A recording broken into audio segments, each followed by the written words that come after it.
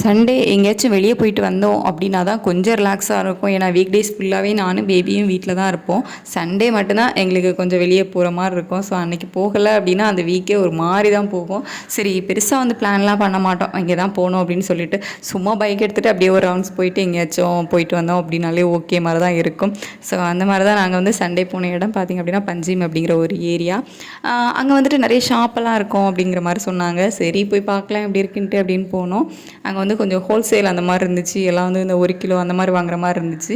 அந்தளவுக்கு நமக்கு தேவைப்படாது அப்படிங்கிறதுனால நாங்கள் அதெல்லாம் வந்து பெருசாக வாங்கலை. மற்றபடி அதை தவிர நிறைய சாக்லேட்ஸ் இருந்துச்சு. நம்ம ஊரில் கிடைக்கிற மாதிரி நிறைய மிட்டாய் வகைகள் இருந்துச்சு. கடலை மிட்டாய், ஓமப்பொடி மிட்டாய் அந்த மாதிரி. சரின்னு சொல்லிட்டு அந்த ஓமப்பொடி மிட்டாய் ஒன்றே தான் இருந்துச்சு. அதையும் டப்பாவோட வாங்கியாச்சு. ஊர்லலாம் பார்த்திங்க அப்படின்னா இந்த மாதிரி தான் கடைகளில் போயிட்டு டப்பாவில் வந்து 1 மிட்டாய் 2 மிட்டாய் இருந்துச்சு அப்படின்னா டப்பாவோட வந்து வாங்கிட்டு வந்து அந்த டப்பாவை நம்ம வீட்டில் வந்து ஏதாச்சும் போட்டு வைக்கிறதுக்கு யூஸ் பண்ணுவோம். இப்போ தான் வந்து கடையில் டிசைனாக டப்பாலாம் வாங்கி யூஸ் பண்ணுறோம். முன்னாடி அப்படி தான். நீங்களும் இந்த மாதிரி கடையில் இருந்து டப்பாலாம் வாங்கிட்டு வந்து யூஸ் பண்ணியிருக்கீங்களா அப்படின்னு சொல்லிக்கிட்டு என்கிட்ட ஷேர் பண்ணிக்கோங்க கமெண்ட்டில். தேங்க்யூ.